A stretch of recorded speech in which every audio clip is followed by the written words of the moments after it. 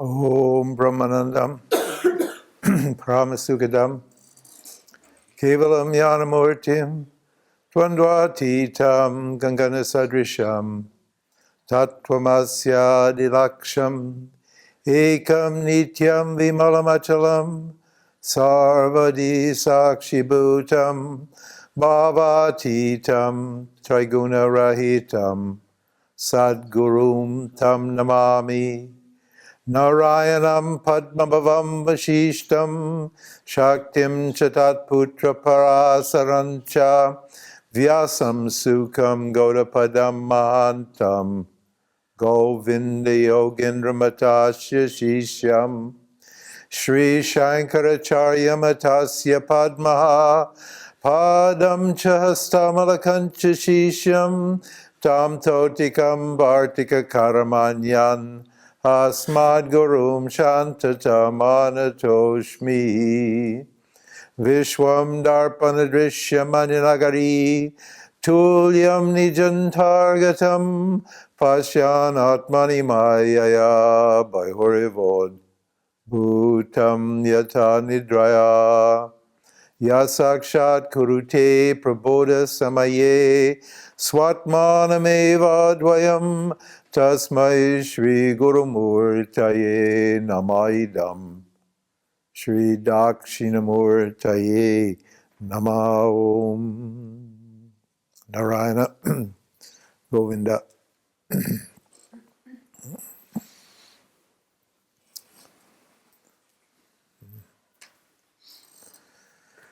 So, let's catch up to review what we've said so far. I want happiness here. I don't want temporary happiness. I want permanent happiness. I want lasting happiness. Temporary happiness is nice, but it's not good enough because when it ends, then I'm suffering again. Unfortunately, bad news. The bad news is that Bhagavan means the self in the form of the Creator. The Creator created this world, and when Bhagavan created it, it was perfect. There was no problems. But when Bhagavan added ignorance to the creation, then the problem started. And ignorance we call Maya, which is the Creator, beautiful, intelligent ignorance. It's such a beautiful creation. It's so intelligent. It's so beautifully designed. It's such a wonderful thing. In Bhagavan's mind, it's absolutely perfect. But then he threw in ignorance into the mix, and became Jiva, apparently became a Jiva, an individual. And the whole thing became a problem because duality happened. And duality, we said, means what? The belief that the subject, me, and the object are two separate things. And along with that belief is the idea that when this ignorance happens, and we don't know when it happened, we call it beginningless ignorance. We don't know. You cannot say when you became ignorant of something. When this ignorance happens, then I am mad and I look around me. I don't know I'm ignorant, but I feel incomplete. That's duality. Duality makes you feel separate from everything. So you not feel complete. That's another aspect of this feeling of Maya, of ignorance. I feel incomplete. You're not incomplete. You're totally whole. You're completely complete. Not a problem.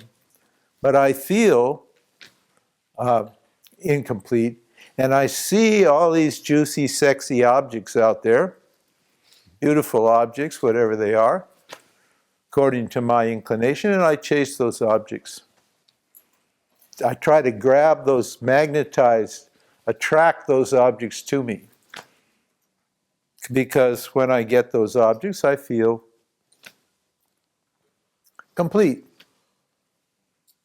Not because the object made me feel complete, but because the desire for the object was removed. And when the desire for the object disappears, then the joy or the wholeness or the completeness of my own self is experienced. I go to the causal body and I experience fullness and happiness and completeness. And because that feeling of fullness and happiness and completeness happened in the presence of an object, the object of my desire, then what happens? I associate the happiness that I'm feeling with the object. This is called Maya. This is the trick. Maya tricks us. And we believe that the joy is in the object. And so we become attached to these objects. And that's the bondage, that's the suffering that we're trying to remove through self-inquiry. So we said that moksha is what? Freedom from dependence on objects. We define an object as anything other than myself. So this samsara is set up in such a way that my desires are always changing, the objects are always changing, and trying to get this connection with an object to keep myself permanently happy is impossible. As soon as I get what I want, my desires change. If my desires don't change, then the object disappears. Sometimes my instruments of enjoyment are not working properly. And even though the object's there and my desire is there, the instruments for contacting the objects are what? Are not okay. They're sick or they're weak or whatever, and I can't enjoy the objects. And the objects we said, we categorize them as power, fame, wealth, pleasure, virtue, and so forth. Those are the objects that we chase. Most of us are not chasing material objects, and if we are chasing material objects, we're only chasing them for what? The joy or the happiness we think is in the material objects. So, that's our basic problem. I feel incomplete, I think objects complete me, and I discover that they can't. After a while, that's maturity. That's when you're growing up. Kids, you can never tell children this. People say to me, "Oh, well, why don't we just teach all our kids this in the beginning, and then save them all that trouble of all that pain and suffering and all that seeking and all that?" You can't tell them. You can tell them the joy is not in the object. Huh? Huh? No, they're not going to understand. They have to seek the objects, and they have to learn from experience that what? There's no lasting happiness in what? Objects. And we said that's a very difficult moment in our lives, in our spiritual journeys. It's an extremely difficult moment because it's a challenge to that inner child that never goes away or almost never goes away. You find people in 60, 70, 80 years old are still actually children spiritually. They still want what they want, when they want it, the way they want it. And if they don't get it, they get angry or depressed. Either way. Even later on in life, when they should have learned this lesson, they don't learn this lesson. They keep pandering to that inner child. On the other hand, people like us, we've come to realize that voice, that needy, greedy, wanting little voice, I want this, I want that, is not helping us. And so we decide, okay, let's get free of that needy, wanting person. And when you do that, we're told, as I said now, that's teaching number one. So then we become seekers. When we start seeking, we're told that the reason you feel bad is because you're in the wrong state. You need to get in a happy state of mind. And the happy state of mind is called a spiritual state somewhere. In yoga, it's called, I need to connect. Yoga means to, one meaning of yoga is to connect. The word yoga has several meanings. But I need to connect my little self with the big self. Because the big self is happiness, it's fullness, it's completeness, it's limitless. It's everything I want is here in myself, we're told. In other words, seek within. I've stopped seeking without, now I want to seek within. I've been told to seek within. And and that's right. Happiness is within. No doubt about it.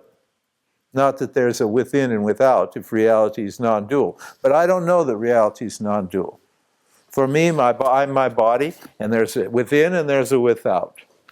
At this stage, at the beginning stage. So I'm told to seek within. And how do I do that? I say, excuse me, sir, tell me how to do that. Well, you do this practice, whatever it is. And that practice, that action will connect you to yourself. Shiva and Shakti will come together. Your lower self and your higher self will get in touch. You know, the meaning of yoga is communication, communion, to come together with. So you'll begin to experience that happiness that is your own nature. Not knowing that happiness is your own nature, you're already experiencing it. You're just what? Maya has cut you off from the experience of it. It's extroverted you and turns you away from that experience of wholeness that's going on all the time. So now I want to what? Get what I already have through some experience. And we said that doesn't work because the doer, the person who's doing the practice, that person is limited and can only do limited results, can only gain limited results through his or her actions. And therefore what? That limited result will never equal limitlessness, freedom.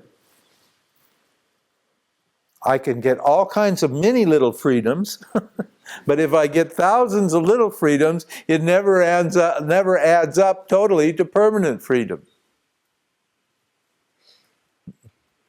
Because freedom's my nature. I'm free already. And then we said, if that's the problem with spiritual practice, as far as moksha is concerned, then I don't have an experience problem. In other words, no actions are going to get me what I already got. I chanted a beautiful verse, na karmana, na prajaya, danena, tyageni ke amritatvamana shuhu. Not by karma where you're going to get there.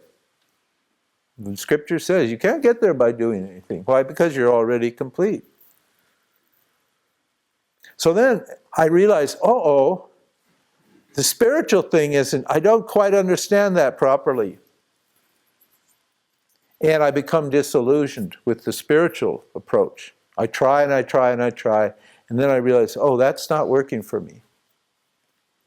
I must have an ignorance problem. Because that's the only other solution, other possibility. Either I have an action problem or I have a knowledge problem, an ignorance problem. Because that's all there is. There's just knowledge and experience. There's just awareness and objects. Objects are experiential, and awareness is what? The knower of the objects. So I've got a knowledge problem. If I have a knowledge problem, then I'm going to need a means of knowledge. This is point number 3 in the step of logic here, the spiritual path. If I have a knowledge problem, knowledge is not going to ignorance is not just going to go away on its own. I need what? A means of knowledge. the means of knowledge that I've been given by God, perception and inference, don't work for awareness, for myself. Why not? Because awareness can't be turned into an object. So my perceptions, and the conclusions I draw from my perceptions, they're not going to give me knowledge of this. I may get indirect knowledge. I may know that this exists, that I have a self, and that it's whole and complete and beautiful and limitless and pure and perfect and so forth. I may know about that, but I'm not going to be able to experience that directly as an object. Not going to work. So what is preventing me from experiencing what? Who I am, this wholeness, this completeness, this fullness, and this bliss that I am. What is preventing me from that? Simply the ignorance that's accumulated in my mind. The beliefs and opinions I have about myself and about life. That's the only thing, that's the only obstacle. There's no physical barrier. The barrier is purely psychological. The barrier is purely in my mind. I have self-limiting thoughts and feelings. I have beliefs and opinions that are not in harmony with reality. And those keep me stuck in Maya, in the apparent reality. So I become a seeker of knowledge. I need to convert. See, the whole point is here with Vedanta, and Vedanta only works if you can convert your desire to experience something into a desire to know. That you have to come to that point. Instead of just mindlessly chasing experiences, I now need to become a seeker of knowledge. We call jignyasus. In our tradition, we call them jignyasus. A jignyasu is a person whose basic interest, whose basic motivation is to understand what life is about, understand themselves and understand the objects. These people, they just won't rest. They're always curious. They're always interested. They're always studying themselves and life and trying to gain understanding of what's going on. And that's just the greatest quality. If you have that nature, then Vedanta's easy for you. If not, you're going to have to cultivate that nature by through understanding clearly the limitations of experience. Can develop this inquiry, you can develop this desire to know, as opposed to a desire to feel or experience things. You're always feeling and experiencing anyway. So there's really nothing to do about it. It's just that I don't particularly like what I'm experiencing and feeling, which is another problem. That's your likes and dislikes, and we'll talk about that. But experience isn't really under your control. It's under the control of the causal body. The causal body is what causes experience. And that's called Ishwara, God. And so you're going to experience what God wants you to experience, whether you like it or not. That's just a fact. So trying to fiddle your experience and change your experience is not the way to go. Accepting your experience is the way to go. Because that frees your mind, what? To think clearly. And then you're available for what? Teaching. So I need to, this is my preliminary qualifications, is having understood this much. I'm now ready to be taught. And then for some reason I find myself in a Vedanta class, listening to Vedanta. So that must mean I'm qualified. Because Bhagawan, the self, has put me here.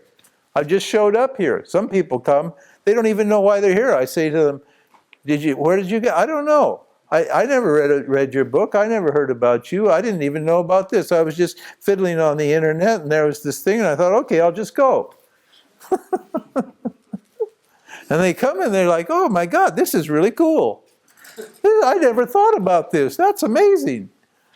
Huh? And they get really inspired because they're ready. And they discover, hey, here's a means of knowledge that works. It immediately starts to set you free. Just coming here and hearing this message is a huge relief because you understand, oh, there's a solution now. I'm not just knocking around, going from here to there, from this guru to that guru, trying all these different techniques and paths and so forth, without any clear idea of where I'm going and what I'm doing and what enlightenment is. Suddenly I see, oh my God, here's a clean, clear, simple means of knowledge. And then, and I realized, hey, I'm not the one to teach myself who I am. If I was the one to teach myself who I am, I would have done it by now. I need to be taught. So there's a kind of humility there.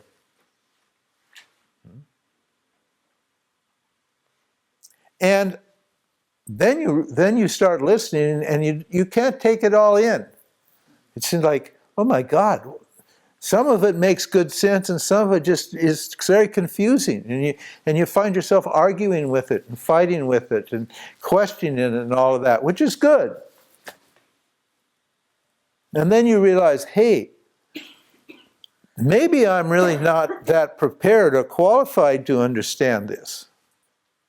This is why we had to tell you about the qualifications. We don't tell you about the qualifications to keep you away.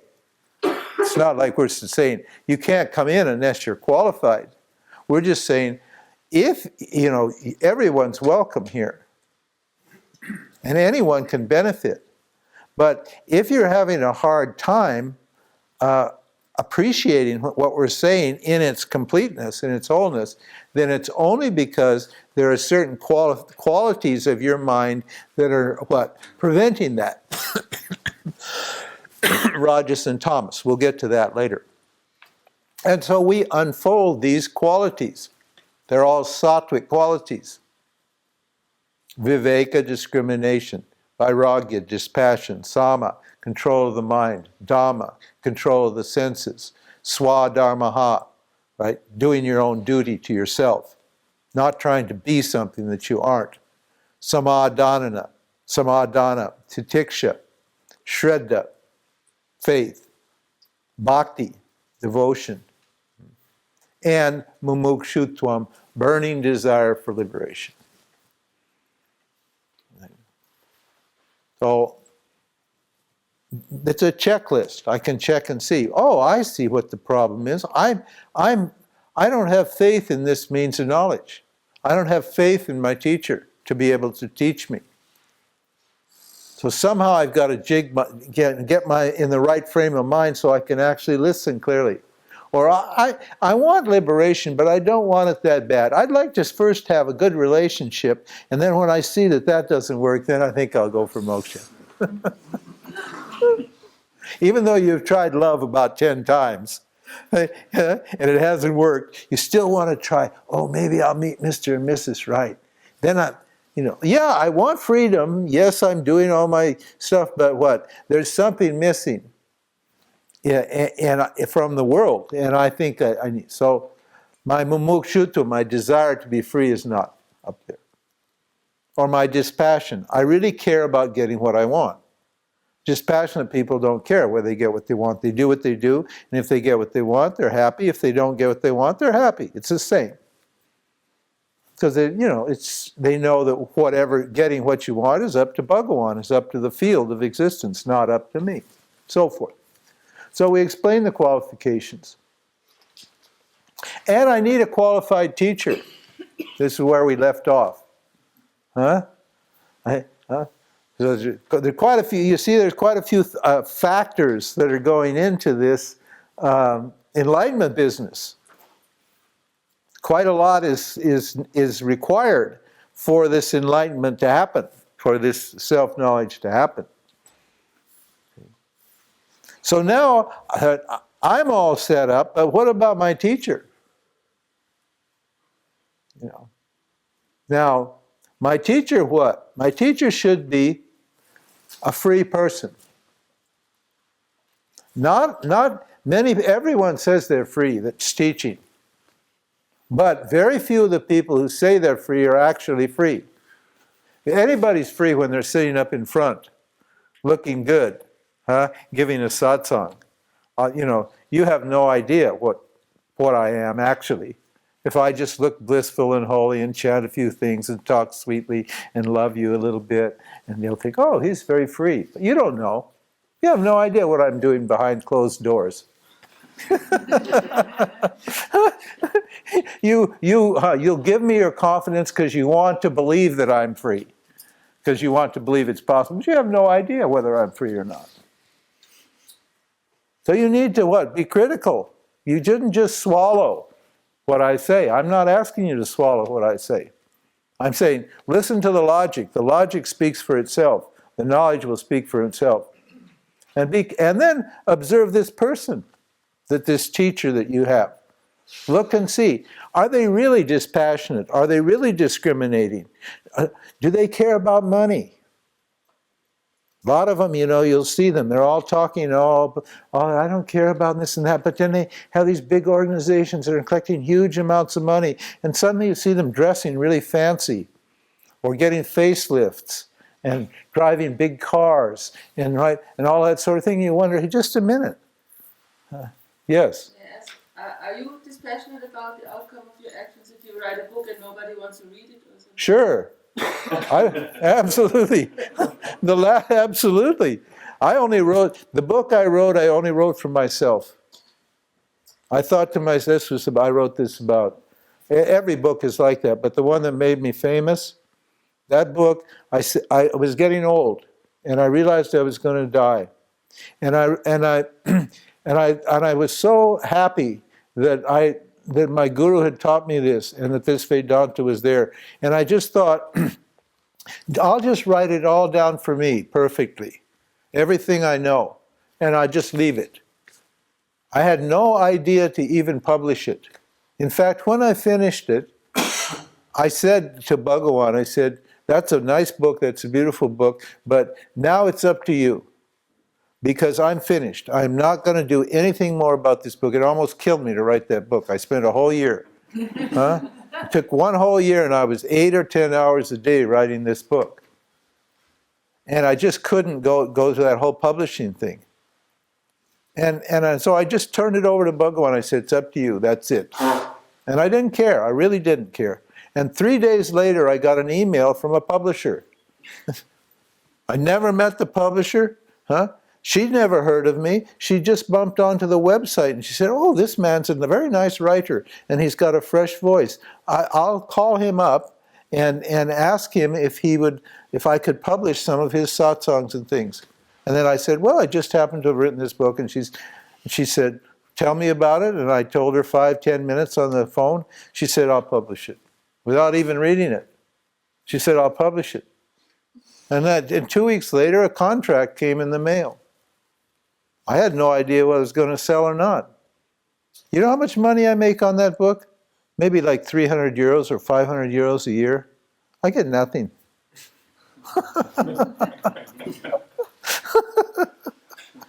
No. Dispassionate. Look and see whether your teacher's dispassionate. Are they trying to get you in bed? That's a big one. You see some of these gurus always checking out the satsangs the women's gurus sometimes for the beautiful men. The men always for the pretty women.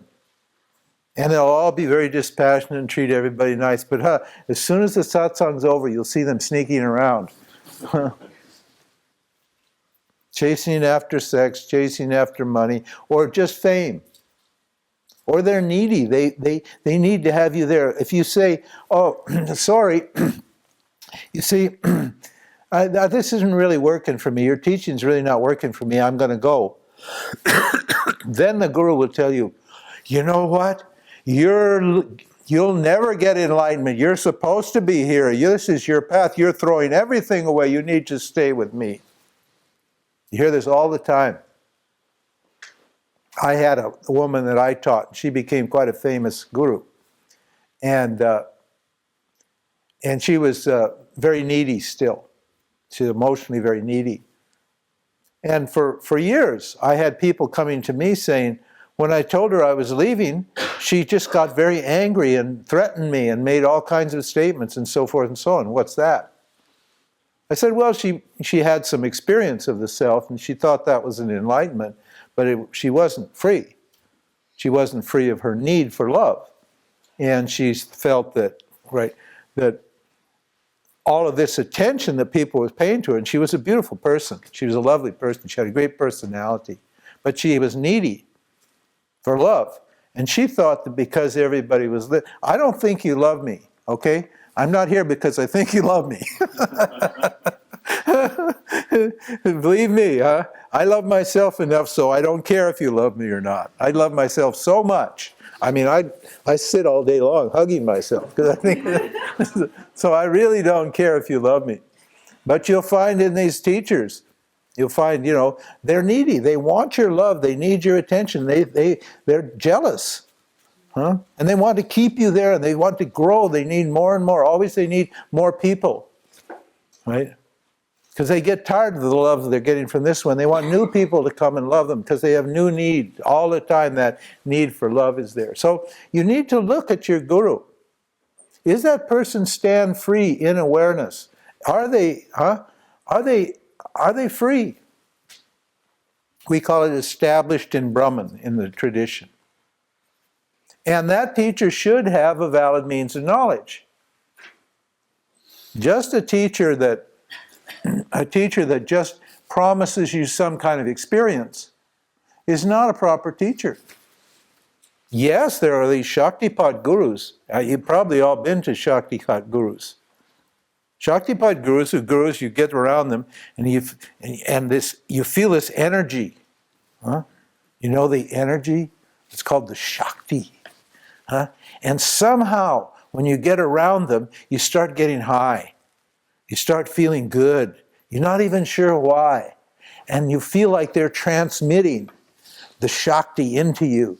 And you feel good around them. And then when you get into this sattvic state and you're feeling good and everything, then they tell you, this is it. This is moksha. This is it. Stay here in this state and everything's fine. Like that.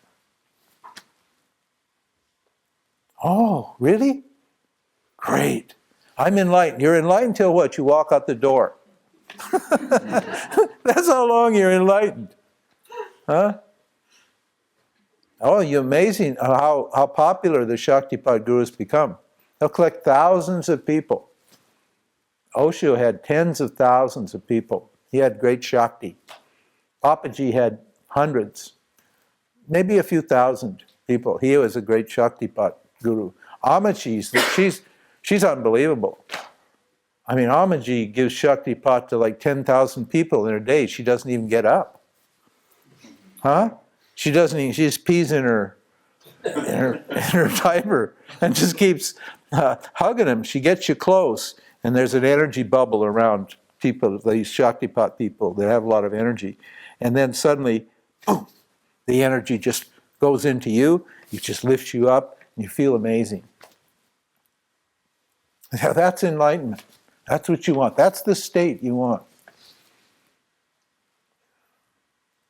Now, just Shakti is good. It's lovely. It's great. The experience of the self is really great. But what? It's again an experience and it doesn't last. So if a guru is promising you some kind of experience, that guru is not going to give you what you want. It's not going to give you freedom.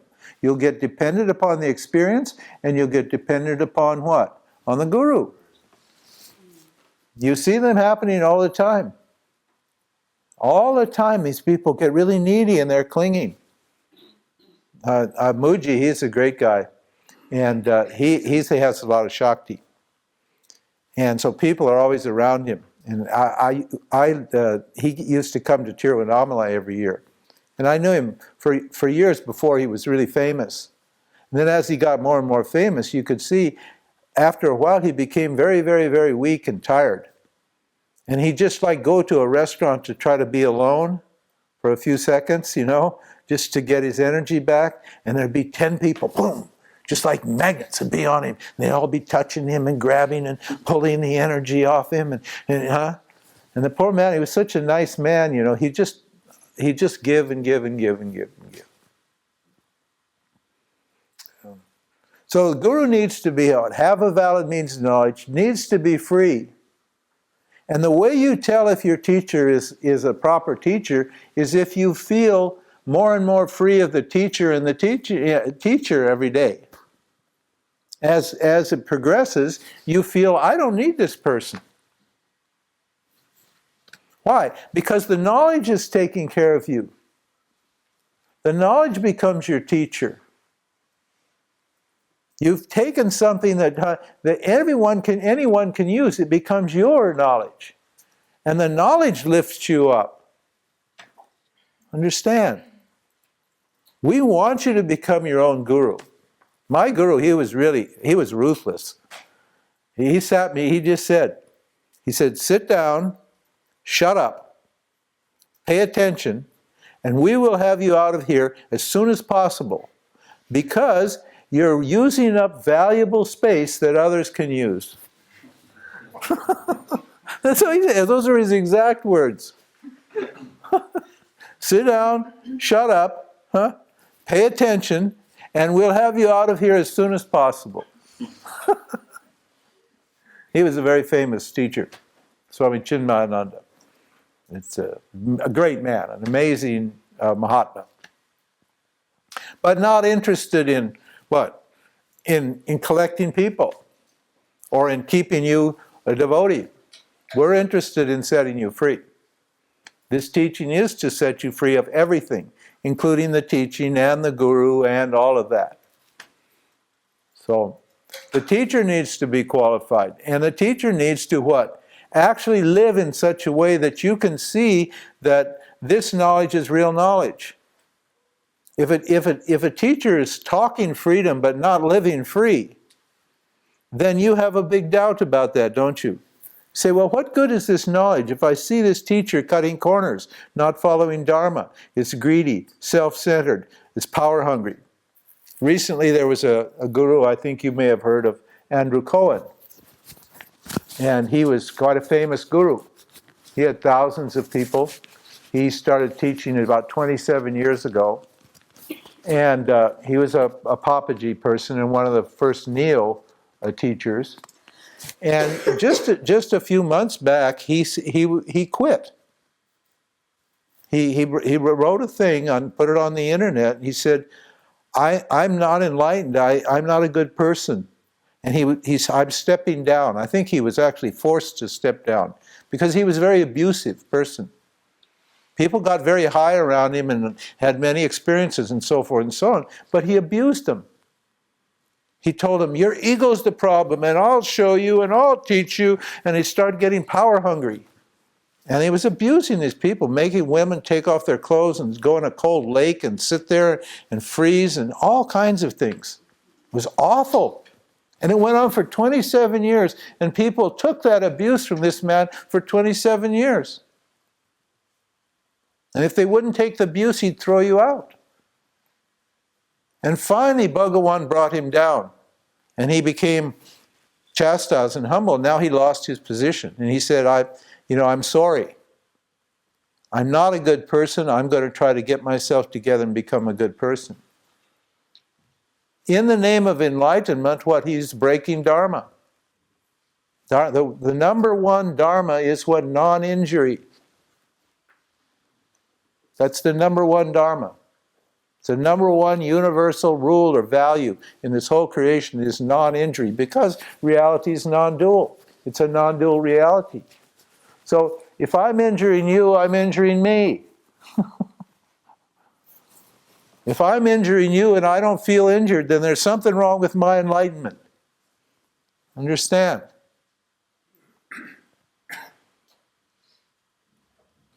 And his idea was all experiential. Your ego is standing in the way of enlightenment. And you can't break your ego, I'll break your ego for you. His ego, what? He hadn't broken his ego, but he's happy to break your ego.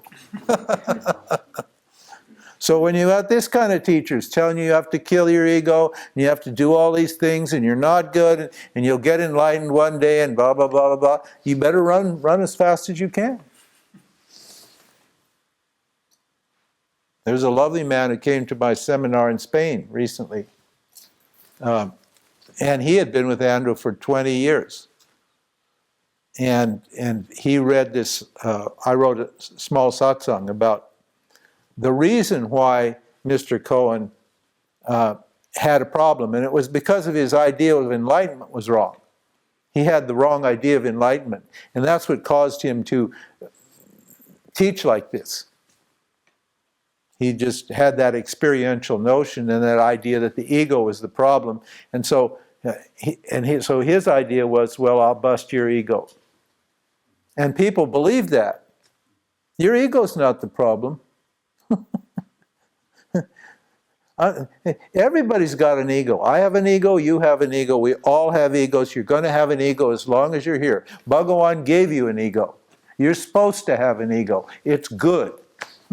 It's just, what is my ego doing? That's what's all. And what does my ego know? And what does it think? That's the only issue. But everybody's got an ego, and you can't, the ego doesn't stand in the way of the self, because the ego is the self under the spell of ignorance. Understand? There's only one self. There's not a two selves, not an ego self and a true self. There's only one self. So if there is an ego, it's got to be the self, and that's only what? The self under the spell of Maya. So there's no busting ego problems here. There's only removing ignorance for the ego. The ego's got an understanding problem, not an experience problem. Understand?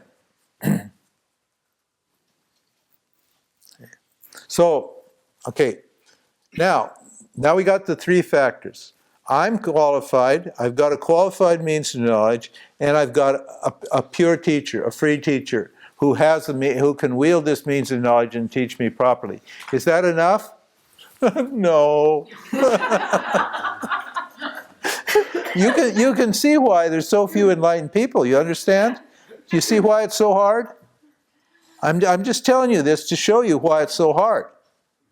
Why there's only a few people who gain enlightenment, and most everybody keeps trying. Because there's so many things involved in this. It's not just by magic. This doesn't just happen by magic. This whole creation is very logical. And I'm explaining to you the logic here, the reasons why this is difficult. And once you understand what these reasons are, then it becomes easy. But in the Bhagavad Gita, Krishna says, sometimes he says, this is very difficult knowledge. And sometimes he says, this is very easy knowledge. And you say, what is wrong with this guy? At one point he says it's very easy, and another point he says it's very difficult. What is it? Is it easy or is it difficult? Well, it's easy if you're ready and prepared and qualified, and it's very difficult if you're not. That's all. It's very simple. And you get prepared and qualified by listening. By getting it clear what is involved in the story, in the thing, then you can make the adjustments that are necessary. But if you haven't thought through all of these things carefully and resolved these issues in your own mind, it's not going to happen. You have to think it through. Now, so there's one more factor that's required for this moksha business. Got the guru, got the teaching, I'm okay, I'm good to go. But what? One more factor is called devam. That means Bhagavan. That means the unseen factor. Or the grace of God. See, your enlightenment's not just for you. Because there's actually no you to be enlightened. Your enlightenment's for Bhagavan, for the total, for everyone. You're not just here for your own self. I don't know if you knew that, but if you thought this is all about me, well, you're wrong. It's not just about you. Yes, you're important, but it's not all just about me.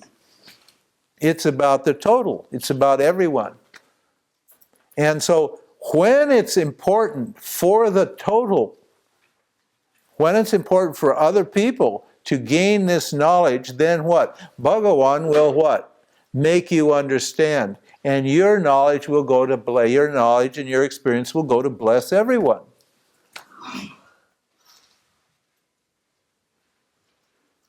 And only Bhagavan, only Ishwara knows when the time is right. So those are the four factors. Now, if you're qualified and you have a teaching and you have a teacher, you don't really care when you get enlightened. You understand I'm already enlightened, and that whatever that final thing is up to Bhagavan, and you just relax and enjoy yourself. Because you've got the teaching and the teacher, and you've got the qualifications, and so life is grand. You're on the bus, you're on the Vedanta bus, and it doesn't matter when you get there. You will get there. Ramana says, he uses a great analogy. He says, when you get on the bus with your luggage, you don't sit in your seat holding your luggage, do you? Huh? The man is sitting there holding his luggage up. You say, well, what are you doing? Well, I'm carrying my luggage to San Francisco. I'm going to San Francisco. I'm carrying my luggage. Well, nobody does that, do they? What do? You put your luggage down, and the bus will carry your luggage, and you just look out the window and enjoy the scenery. So once you've got the right teaching, you're on the bus. You put down your problems down. You leave, just forget it, and you enjoy yourself. And whether you get enlightened or not, it doesn't matter. If it's 10,000 years or 10 seconds or 10 minutes, it doesn't matter, because you know it's up to Bhagavan. I've done everything I can do. I'm doing my utmost. I'm doing my best. I'm living a righteous life. I'm inquiring. I'm loving the Lord. I'm doing everything that I need to do. And that's all. I'm doing my job. And now the rest of it's up to Bhagavan. And so I turn it over to Bhagavan, to the Lord. Okay? So that's how far we got, up to there. Now, assuming all that, then we have to teach you the knowledge. Okay. See, how many hours have we been, and we still haven't got to the teaching? No, this is the teaching also. The teaching includes all this. The basic knowledge is very simple. So the next talk, first is what? Motivations. Second is knowledge and experience. Third is the means of knowledge and qualifications.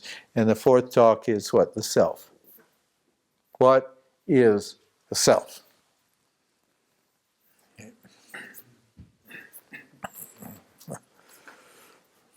Now, imagine this situation. You're out in the forest, and you've been walking for a while. You don't see anybody. And then suddenly somebody comes walking on the path toward you. A stranger. You don't know who they are or anything. And the path is narrow, and you stop face to face. Now normally, you say, what do they say here? Griscut? No, that's in huh? It's only South Germany. No, that's South Germany. They say Griscut. What do they say here? They say Guten Tag. Guten Tag. Yeah, good day. Guten Tag. But you're not permitted to say anything. He doesn't say anything, and you don't say anything. Your mouth is sealed. Okay? Because as soon as you talk, then the problem becomes big. Right? As soon as the mouth opens and words come out, then we suddenly have problems. But now in this situation, nobody speaks. So And there's this person standing in front of you. What do you see? You see two things. There's only two things you see. What are those two things? Consciousness and a body. Is that right? That's all you see. You understand? Somebody said, well, I can't, what is the self? You see the self. Like, because if there isn't a self there, is the body going to be standing up? No. There's a living presence, a being, an energy, an awareness there in front of you that's what? Keeping that body standing up. If that awareness or that consciousness leaves that body, what happens? Plop. The body goes down, it rots into the earth, the worms eat it, and that's the end of it.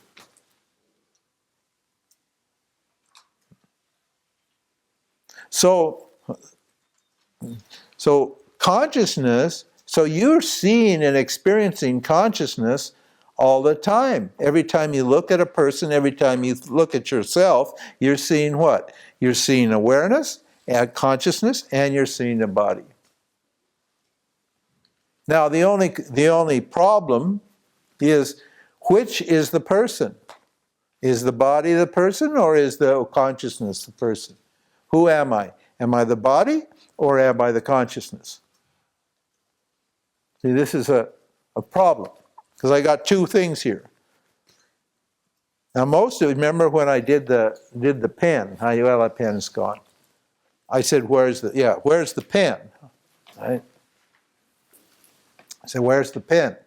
And somebody said, well, it's in your hand. And I said, no, it's not in my hand. The pen is in me. The pen is me. That's even more radical. Pen is me. What? You're a pen? Huh? Well, why did you say the pen was in my hand? Why? Because you thought you were the body, didn't you?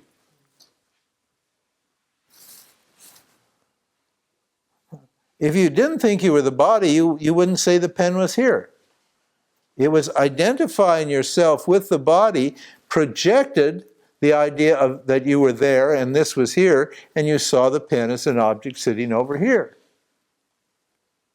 And then we analyzed this situation from the point of view of consciousness, and we discovered there's no separation between the pen and consciousness. The pen is consciousness appearing what? In consciousness as what? As a form that seems to be something other than consciousness, but is actually only consciousness. Because what? The pen is the thought of the pen, and the thought of the pen is what? Only possible because of consciousness. In other words, you can't have knowledge of something without consciousness. So the knowledge depends upon the consciousness, is a what? Is a product of the consciousness, and is non-separate from the consciousness. So obviously the object is non-separate from the consciousness. See the logic? It's an irrefutable logic. You cannot argue with this logic. You cannot understand it because it's subtle, but there's no argument. It's just knowledge. So now I've got this problem. I've got this person,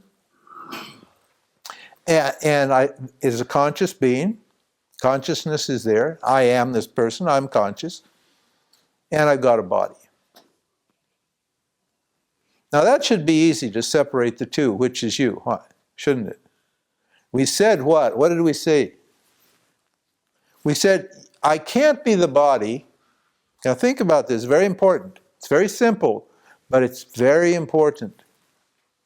I can't be the body. Why not? Because the body is an object known to me. People have a hard time with this one. I have people that I've been teaching for 3 or 4 years and still can't understand that. I still have the same discussion with them after 4 years, because this is very difficult to get. The reason is because what? The object, the body, is known to me. I can't be it if it's known to me, can I? I'm the knower of the body. The body is an object, and I'm the one that knows the object. So I can't be the object. The object can be me. Understand? The object can be me, but I can't be the object. Why? Because the object's not conscious, is it? The object is consciousness. It's made out of consciousness, but what? It's not conscious. It's not sentient.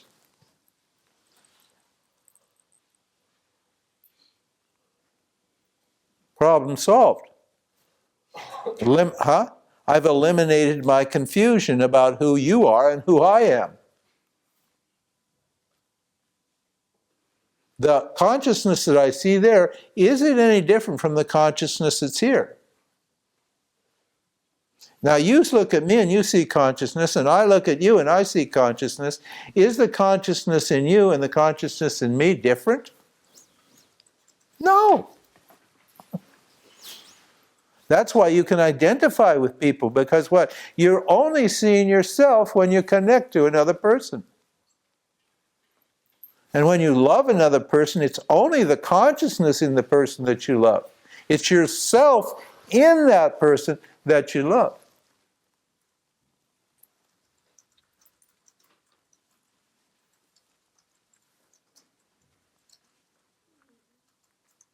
The consciousness is not far away in some transcendental state, beyond the beyond, gati gati, paragati, parasamgati, bodhi swaha, oh, way beyond.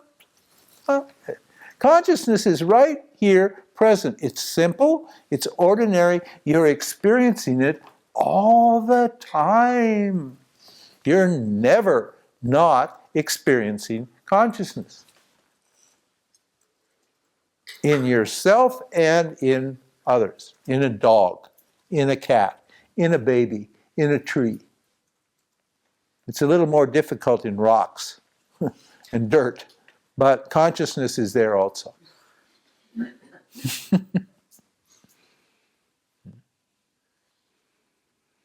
So what's the problem? That's called moksha. Moksha is just knowing the difference between me and my body, between consciousness and the objects appearing in consciousness. That's all moksha is. Moksha is not some amazing experience. I mean, that is an amazing experience when you actually understand what that knowledge is. It has an amazing experiential impact, but it's not a special experience. It just sets me free of what? The confusion I have about myself. I can't be my body. Why not? Because my body is known to me. And the same thing applies to what? My feelings and my thoughts. Those are the other two classes of objects.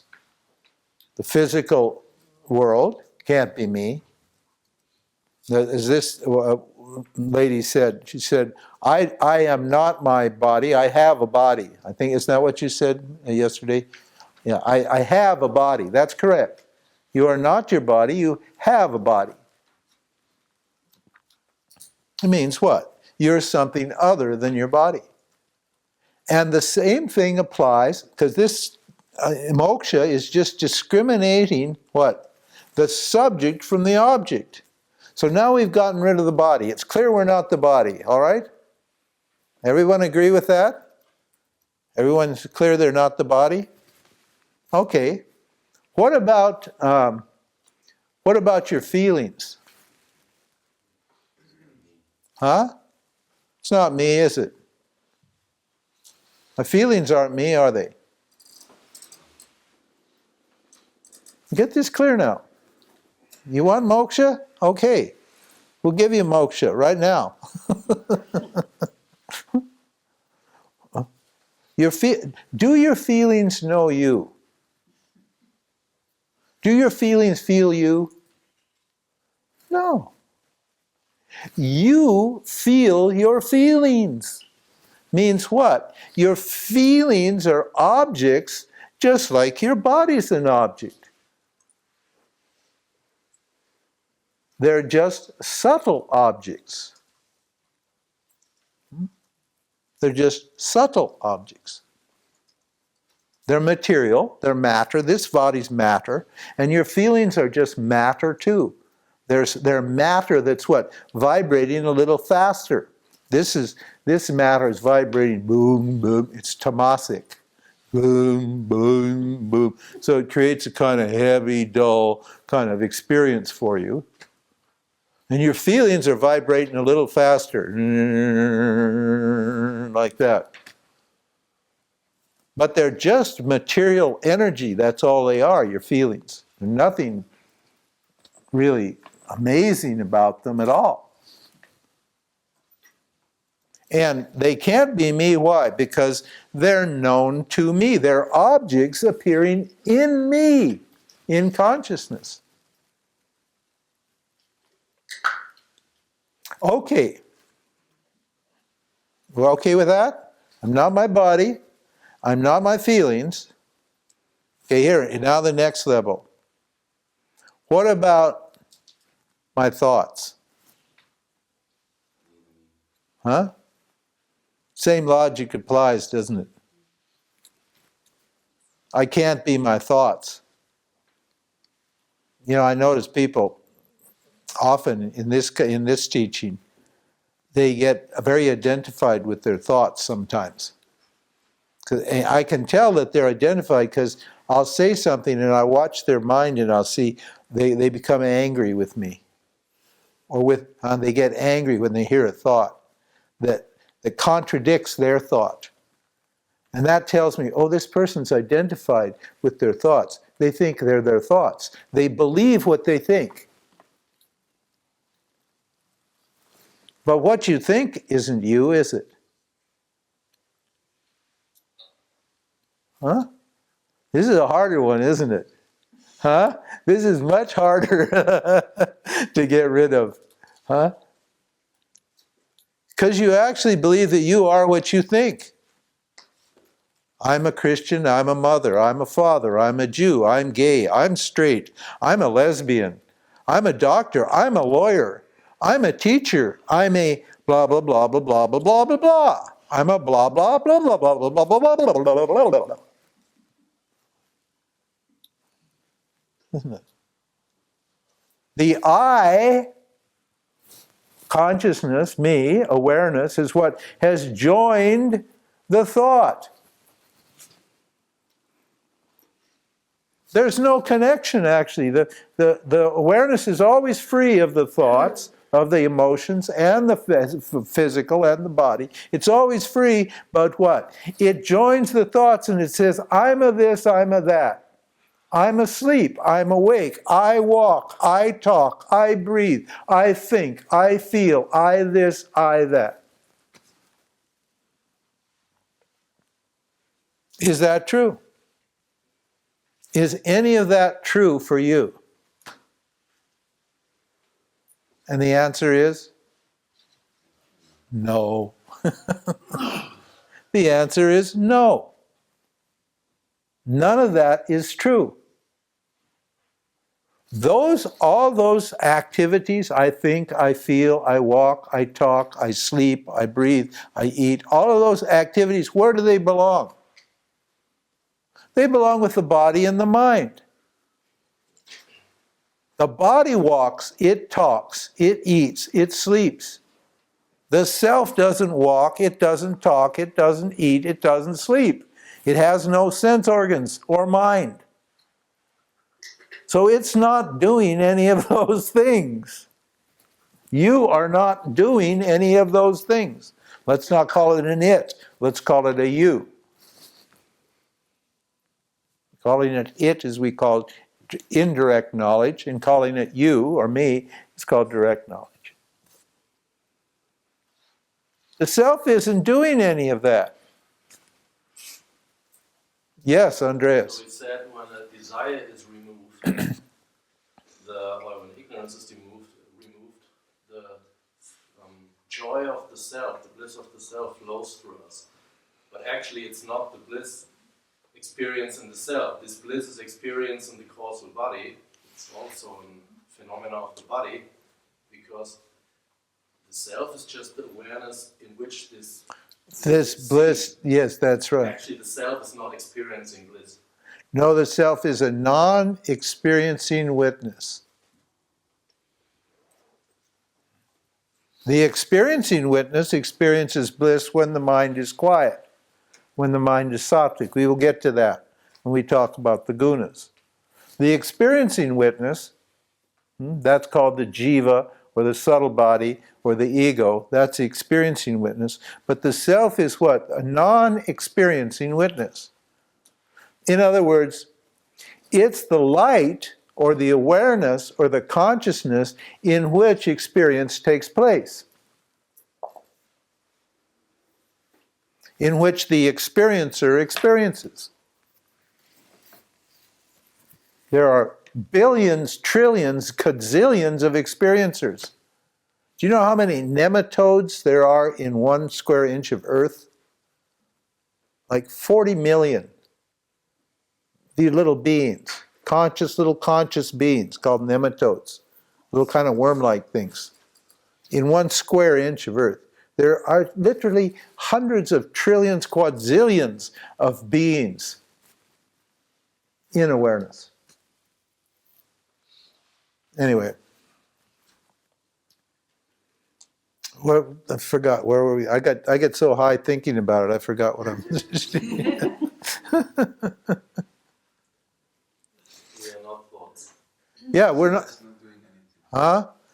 Yeah, the self is not doing anything. That's right. Is it? The self-awareness is always present. It never moves. It doesn't go anywhere.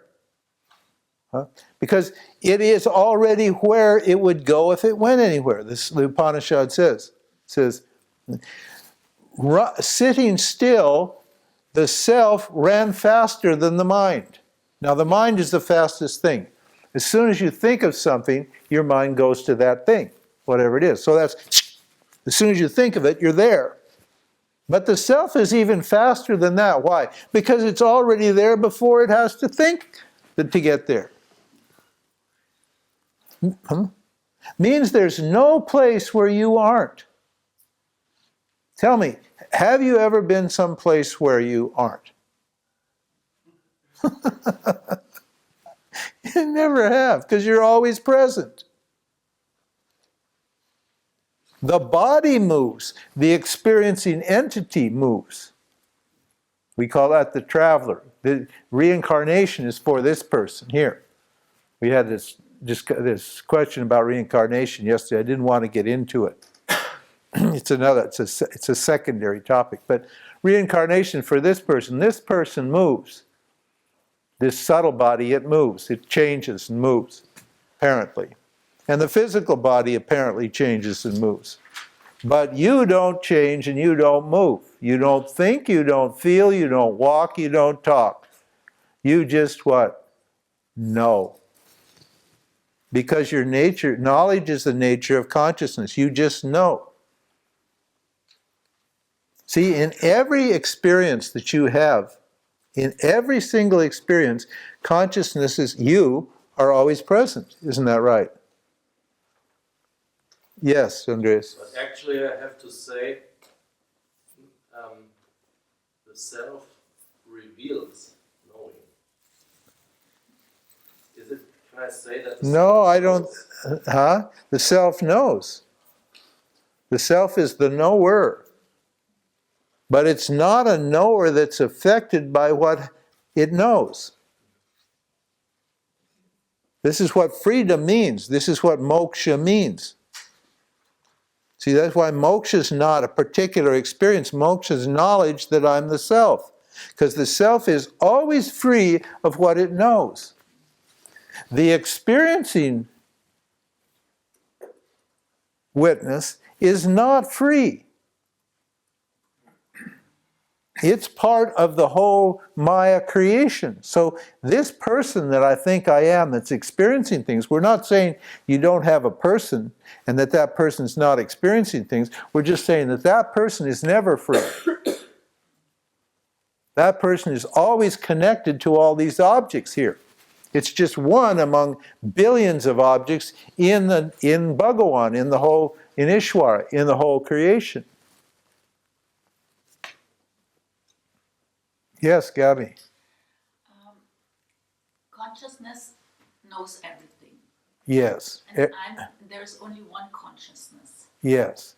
And why do I then just know the thoughts of this person and not your thoughts? No, because the thoughts belong to the body and the upadi, what we call an upadi. The thoughts belong to that body. Their thoughts belong to this body. They don't belong to me. But isn't that So I don't know everything. No, Ishwara knows everything. Ishwara knows your thoughts and my thoughts. But Jiva, the individual, only knows the thoughts that are related to his body and mind. Yes, but consciousness, you said there's only one consciousness. And That's your correct. Consciousness is the same than my. That's right. Now that means there's two kinds of omniscience. Omniscience means knowing, all-knowing. There's the all-knowingness of Ishwara, and there's the all-knowingness of Paramatma, pure consciousness. Now what's the difference between these two? Ishwara is awareness or consciousness plus Maya. Awareness plus Maya, what has the knowledge of everything. That's called God. The knowledge of everything is God. If you look at everything here is made out of knowledge. A person is made out of knowledge. A tree is made out of knowledge. A table, a chair, a thought is made out of knowledge. Everything here, the whole structure of reality is nothing but idea in the mind of Ishwara. So Ishwara is God or the creator. It's the knowledge that outpictures as all these forms. Like take a tree. Take a tree. Now a tree is just knowledge. Excuse me? A tree is a tree. No, a tree is a tree, but it's only knowledge. What happens to a tree? Like it grows. Then it produces a fruit. Let's say a nut, an acorn. Say an oak tree. We have an oak tree, it makes an acorn. Now, the tree dies and goes back into the earth, and the acorn remains, the nut remains. Now, if you took that nut and you leave it in the ground for a while, and water comes and the earth is warm, then what will happen? A new tree will come out, won't it? But if you take, yeah, it will. Now, if you take that nut, that knowledge is in that nut, in that little form. If you grind up that nut, just grind it, just cut it very, very finely, just make it into a tiny little powder, can you find the knowledge? Huh? You can't find the knowledge at all, can you? Huh? Yet the knowledge is in there. If it's in the right conditions, what? The knowledge is in every atom of that thing. Ishwara is there and has the knowledge of what? Of a tree, and then it'll start to grow. It'll sprout, it'll come up, branches, leaves, so forth, photosynthesis, all the things that trees do. It's an amazing complex entity a tree is. It will all just what? Outpicture as knowledge. And when that tree dies, what happens? The knowledge doesn't die, tree knowledge remains. And then what? It manifests another tree. And that tree dies, and the knowledge manifests another. A dog knowledge, human knowledge, cat knowledge, air knowledge, fire knowledge, water knowledge, earth knowledge, ego knowledge, mind knowledge, God knowledge, Knowledge, knowledge, knowledge. Everything here is just knowledge. Appearing in different forms. Arising and falling. But the knowledge is permanent. It's eternal. And that knowledge is called Ishwara, the creator of everything. And it knows everything. It knows your thoughts and my thoughts and her thoughts and his thoughts and the thoughts of ants and the thoughts of bees and the thoughts of trees. It knows everything. That's Ishwara. Now Jiva is what? One little bit of knowledge.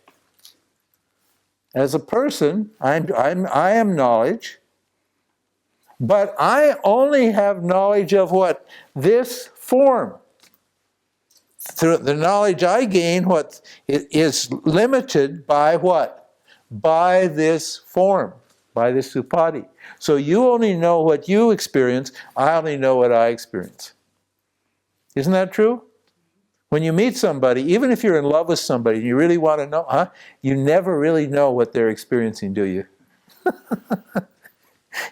You sort of you can guess sometimes, but you never really know on a moment-to-moment basis what another person is experiencing. Why? Because the experience doesn't belong with the consciousness, the experience belongs with the body. Experience stays here, and consciousness is always free. Consciousness or awareness is beyond Ishwara and beyond Jiva. Beyond God and beyond what? The individual.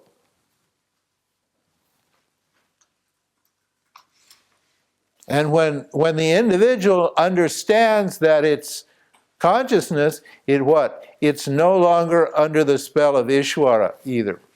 It's no longer under Ishwara's control. This is what a Jivan Mukta is called. A Jivan Mukta means a liberated person. That's actually an oxymoron. You can't be a person and be liberated. But apparently, an apparent person, that Jivan Mukta is actually awareness. And is not what? And can say no or yes to Ishwara. It's fine.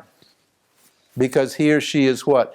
That awareness, because of which Ishwara knows what Ishwara knows, what God knows, and that awareness, because of which Jiva knows what Jiva knows. In other words, you as awareness are beyond both the creator and the created. Which means you're free of them. Because they're objects known to you.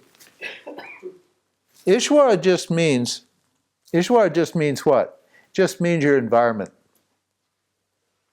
Let's not get too grandiose about this. We can go way off into the higher levels of thinking, but like Ishwara, the word Ishwara means the creator. And the creator appears every moment to you, every second to you. Ishwara is not sitting somewhere else. Understand? Ishwara is just your environment. Means your body and your mind and all the objects that are around you and appearing you. That's just Ishwara. Ishwara is everything that is. This is why when we're talking yoga and karma yoga, we have to take Ishwara into account. We have to take our environment into account. Because Ishwara is as much a part of our experience as what? As we are. Our environment is no different from what we think we are.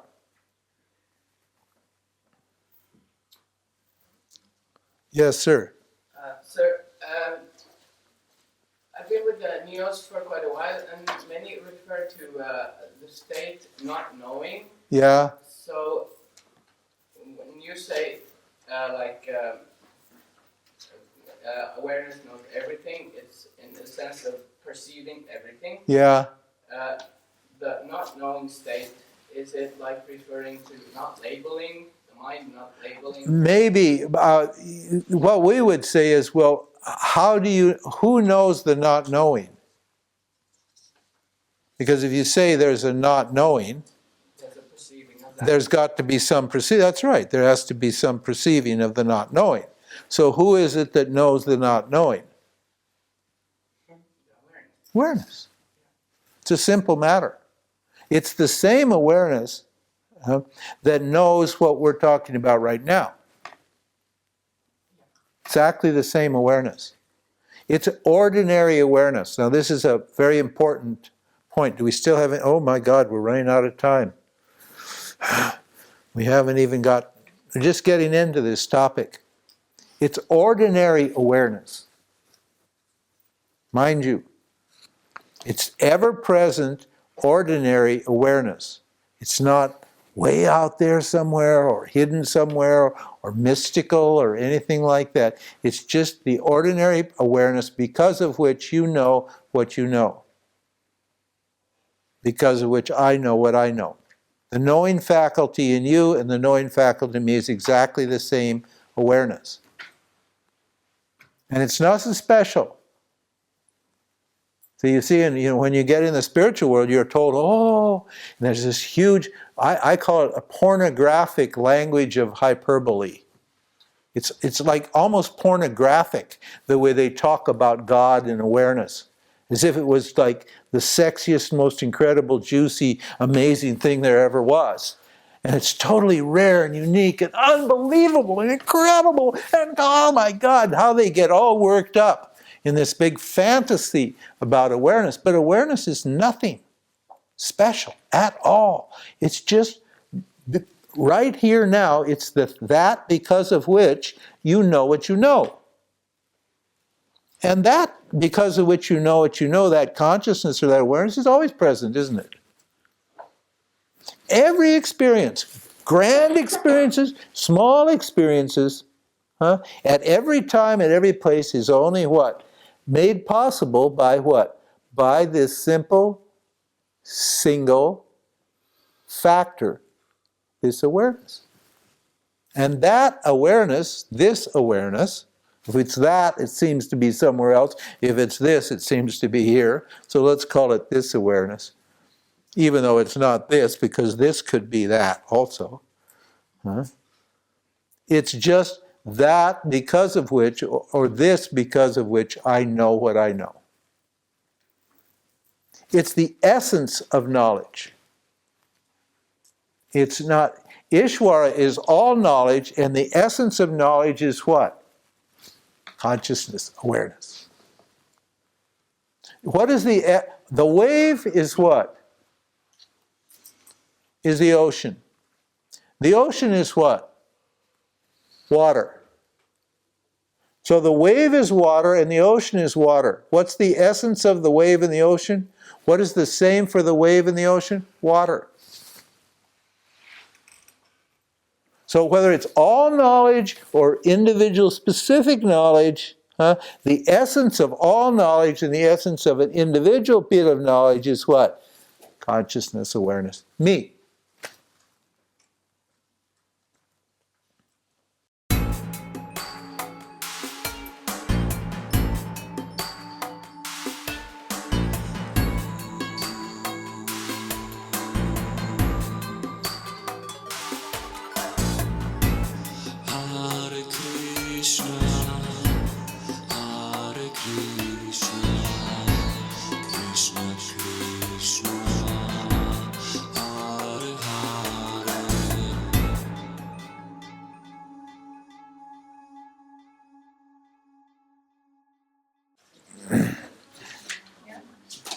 Did I answer that? No, because you're projecting satya on mithya. So you're saying that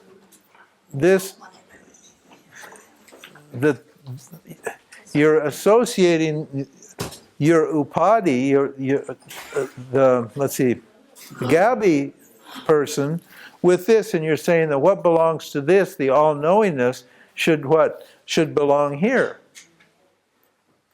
But this is always limited knowledge. Jiva is limited knowledge, limited desire, and limited action, limited energy. Ishwara has unlimited knowledge and unlimited desire and unlimited energy.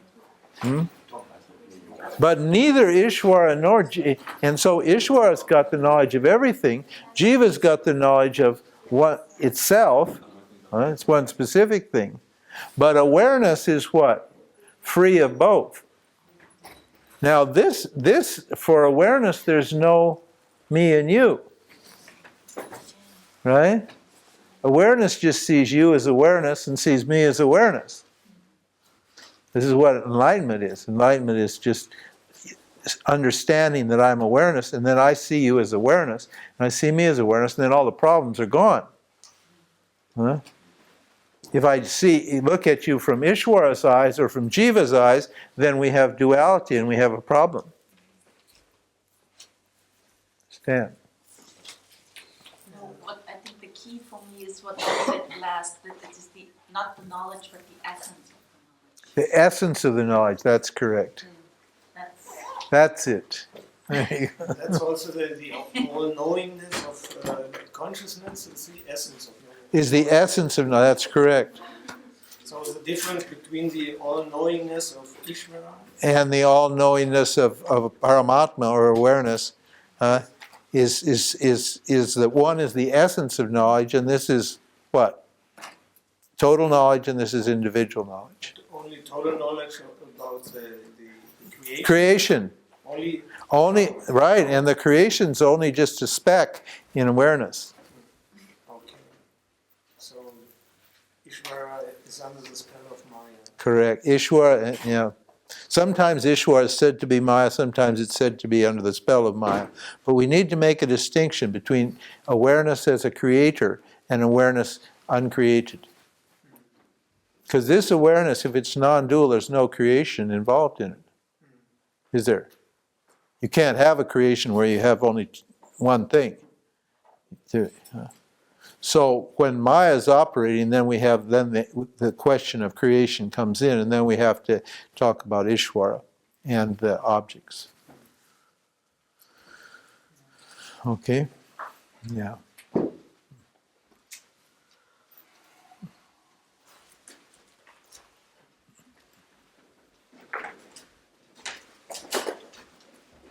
Yeah, that's right. That's a real tricky one. That's the most subtle point. Is to separate the creator, awareness as the creator, from pure awareness. And in the Jivan Mukti, he knows only the essence. The essence. That's right. That's right. Automatically some kind of Ishwara. That's right. Everything about the creation. That's right. Now, see, that's absolutely correct, and that's why we have to get that very clear, because a lot of people think that Jiva is going to become Ishwara, and like Sai Baba, have all knowledge and fly around like Babaji and manifest all this sort of thing, and all, you know. That's not automatically. That's not going to happen. And even people like Sai Baba and Babaji and those things, they're not creating the whole universe.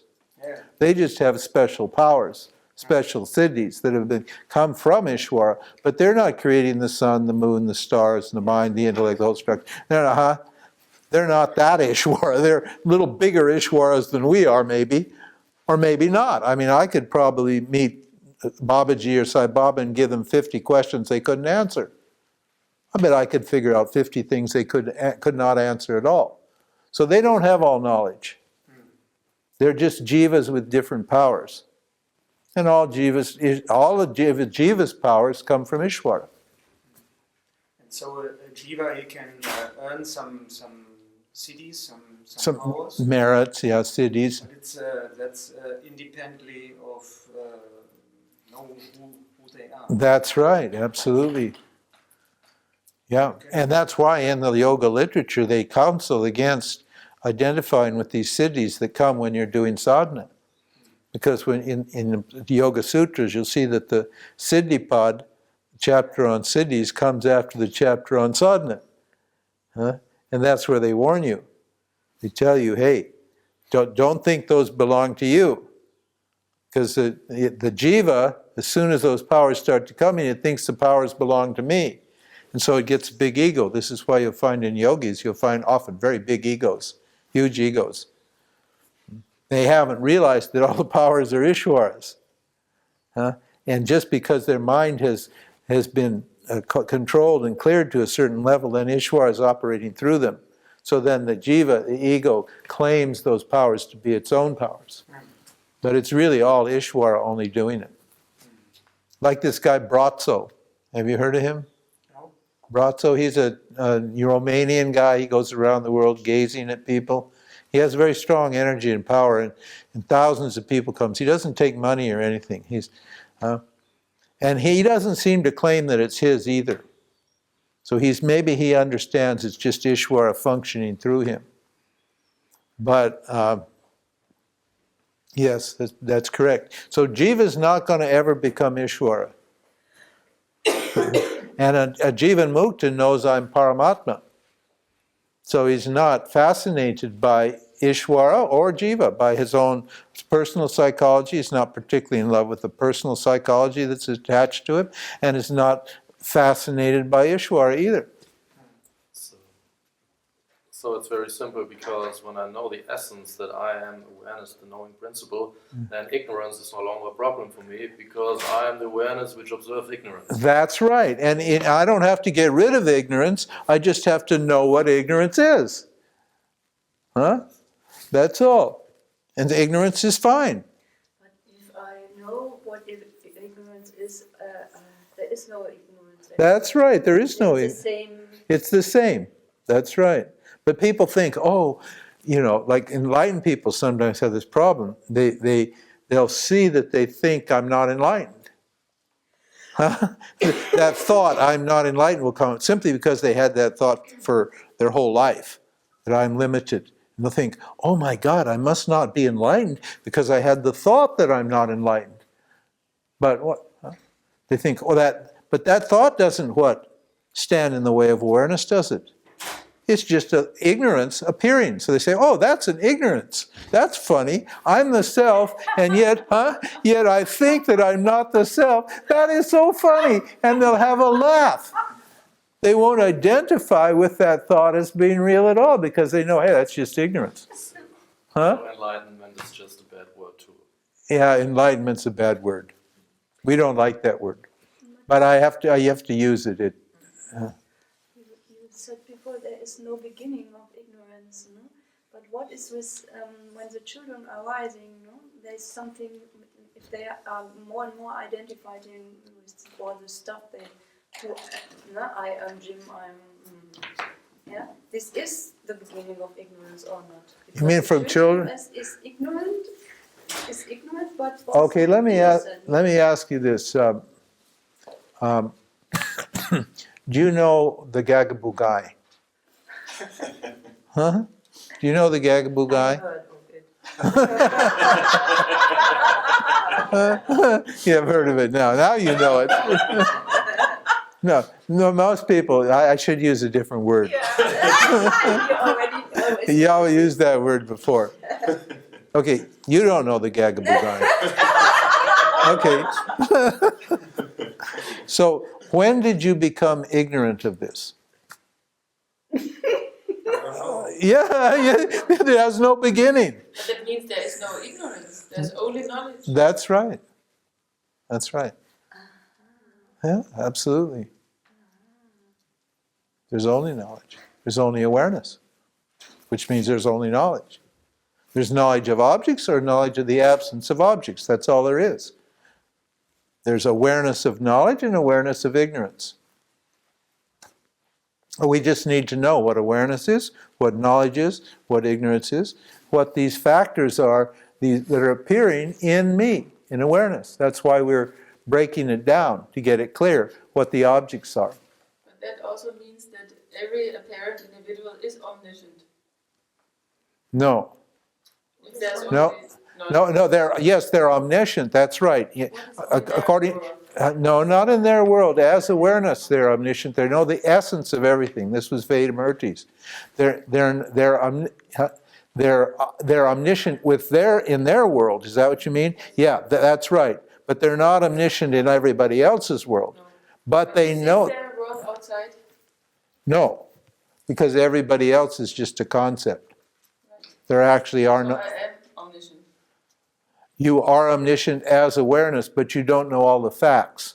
No, but the facts only appear as they appear. That's correct. In other words, that the whole notion of Ishwara is nonsense. Because it just appears as an idea in my mind. Good story. That's right, it's a nice story. Absolutely. That's correct. It only appears as facts, as statements of truth or ignorance. It doesn't matter. And it appears in me. That's correct. Very good. Yeah. So awareness just knows itself. That's it. And this idea that this is a person that knows awareness, that's not correct, because awareness knows awareness, irrespective of what? Whatever objects or facts are appearing in awareness, whatever thoughts are appearing and so forth. The awareness just knows itself. But when Maya is operating, when ignorance is operating, then awareness thinks it knows the objects and that the objects are separate from itself. So then I wonder why all this complicated system, To get rid of the ignorance, because ignorance which is... doesn't exist anymore. Which doesn't exist anyway, but I don't know that it doesn't. Most people, you know that it doesn't exist, but most people don't know that it doesn't exist. Most people take ignorance to be a fact and to be knowledge. And so we've got to, that's why we have to teach like this. Slowly, slowly, slowly, we keep removing little bits of ignorance, and it becomes more and more and more clear as you go. That's why we need a complete teaching. Could you maybe at some point say some words about the direct path through Atmananda? Sure. I teach the Atmanavritti and Atmadarshan. I also have a video stick of those teachings. So you can I'll bring that out on Thursday. Yeah. But I will, because this is the direct path. Atmananda was a Vedanta teacher. He just didn't call it Vedanta.